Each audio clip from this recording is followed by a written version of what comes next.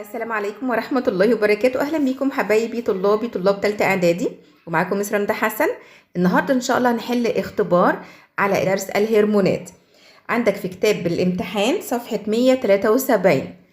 افتح معايا الكتاب وابدأ حل معايا. يلا بينا نبدأ الاختبار. أجب عن جميع الأسئلة الآتية. السؤال الأول: اذكر اسم الهرمون الذي تدل عليه كل عبارة من العبارات الآتية. رقم 1: هرمون الذي يحفز عملية نمو بطانة الرحم. طبعا ده هرمون اسمه هرمون البروجسترون، يبقى البروجسترون. 2: الهرمون الذي يقوم بدور رئيسي في عمليات التحول الغذائي بالجسم. اللي عارف اسم الهرمون ده يكتبه بسرعة في الكومنت قبل ما أنا أحل. برافو عليكم، هرمون اسمه الثيروكسين أو الدراقين اللي بتفرزه الغدة الدرقية. الهرمون الذي يضبط معدل نمو العضلات والعظام. طبعا هرمون النمو. رقم 4: الهرمون المسؤول عن ظهور الصفات الجنسية الثانوية في ذكر الإنسان، التستوستيرون.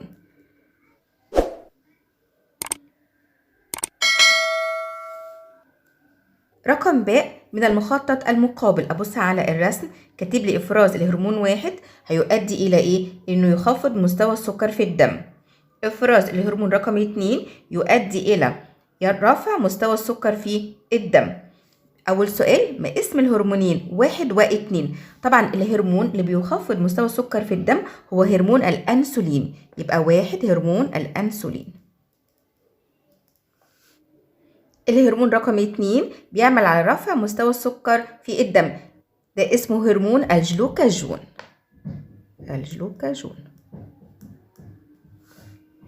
رقم 2: ما الغدة التي تقوم بإفراز الهرمونين؟ طبعا دي غدة البنكرياس. احنا قلنا ان البنكرياس غدة مزدوجة الوظيفة وكمان غدة مختلطة. طب ليه غدة مزدوجة الوظيفة؟ لأنها تفرز هرمونين كل منهما عكس الهرمون الآخر في وظيفته. زي إيه؟ الأنسولين، بتفرز هرمون الأنسولين ده بيخفض مستوى السكر في الدم، وبتفرز هرمون الجلوكاجون الذي يعمل على رفع مستوى السكر في الدم. السؤال التاني لغدة البنكرياس يقول لي علل غدة البنكرياس غدة مختلطة. مختلطة يعني إيه؟ يعني غدة قنوية وغدة لا قنوية، يعني غدة صماء وغدة قنوية. ازاي؟ يعني تعتبر غدة صماء لأنها تعمل على إفراز الهرمونات مباشرة في الدم. طب وازاي غدة قنوية؟ لأنها تفرز العصارة الهاضمة اللي هي العصارة البنكرياسية خلال الجهاز الهضمي ولهضم الغذاء. أين تقع؟ يقع البنكرياس ما بين المعدة والأمعاء الدقيقة. المعدة والأمعاء الدقيقة. السؤال الثاني: ما النتائج المترتبة على إدخال الجين البشري الذي يحمل تعليمات أو تخليق هرمون النمو البشري في حمض DNA للخلايا البكتيرية؟ طبعا تمكن العلماء من تخليق هرمون النمو البشري معمليا بكميات وفيرة. يبقى إذا أكتب هنا تمكن العلماء من تخليق هرمون النمو البشري معمليا بكميات وفيرة. بعد كده طبعا تمت تنقيته وأجريت عليه التجارب والأبحاث اللي أثبتت صلاحيته للاستخدام البشري عام 1985 ميلادية. السؤال الثاني: اختر الإجابة الصحيحة مما بين الإجابات المعطاة. هرمون نقط يحفز إطلاق سكر الجلوكوز المختزن في خلايا الكبد. احنا لسه قايلين على الهرمون ده في السؤال اللي قبله، هرمون الجلوكاجون. 2: هرمون نقط مسؤول عن ظهور الصفات الجنسية الثانوية للإناث.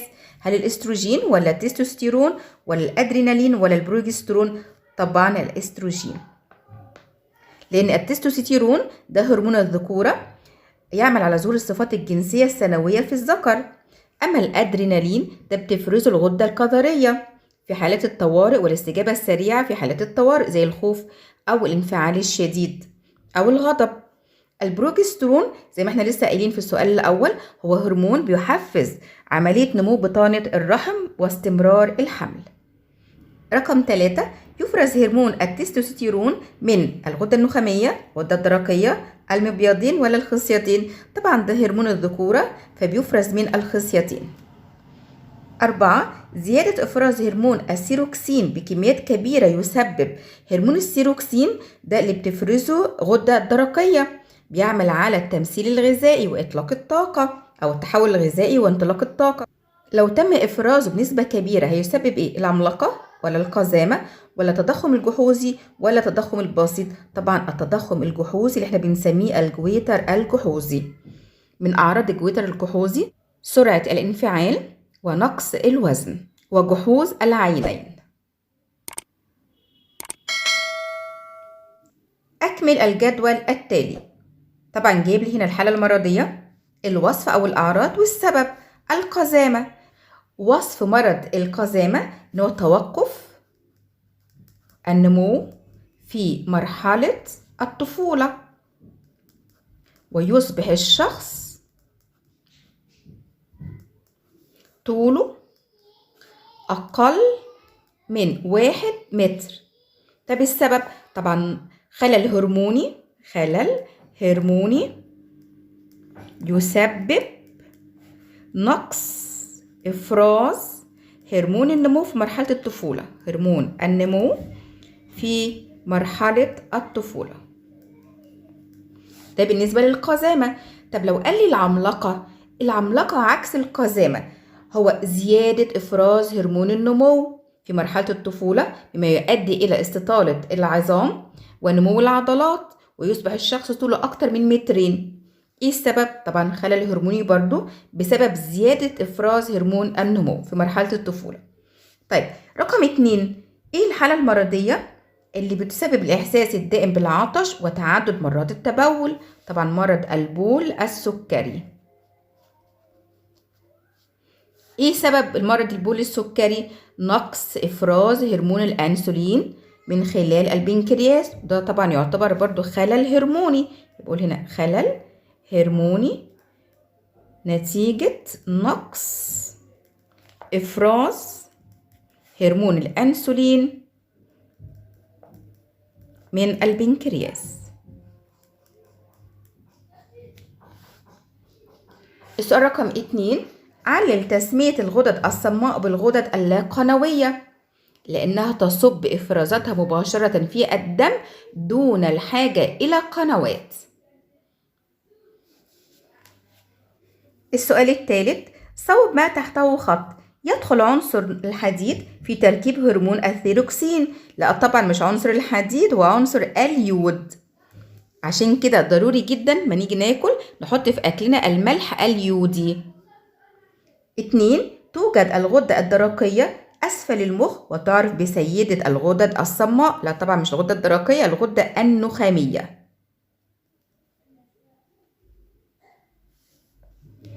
هي سيدة الغدد الصماء لأنها تفرز مجموعة من الهرمونات تعمل على تنسيق وتنظيم باقي وظائف الغدد الصماء في الجسم. 3 تقوم الغدة الدرقية بإفراز هرمون الدراكين المسؤول عن ضبط مستوى الكالسيوم في الدم. الغدة الدرقية فعلا بتفرز هرمون الدراكين اللي هو السيروكسين، بس مش هو المسؤول عن حفظ مستوى أو ضبط مستوى الكالسيوم في الدم، لأنها بتفرز هرمون آخر اسمه الكالسيتونين. يبقى هرمون الكالسيتونين هو اللي بيعمل على ضبط مستوى الكالسيوم في الدم. 4 نقص إفراز الغدة إكس. مين الغدة إكس؟ أهي دي تعتبر الغدة الدرقية اللي بتوجد أسفل الحنجرة حول القصبة الهوائية في الجزء الأمامي من العنق. يبقى نقص إفراز الغدة إكس الموضحة بالشكل المقابل يسبب القزامة. لا طبعا ملهاش علاقة خالص بالقزامة، نقص الإفراز يسبب الجويتر البسيط. إنما اللي بيسبب القزامة أو العملاقة هو زيادة أو نقص إفراز هرمون النمو من الغدة النخامية.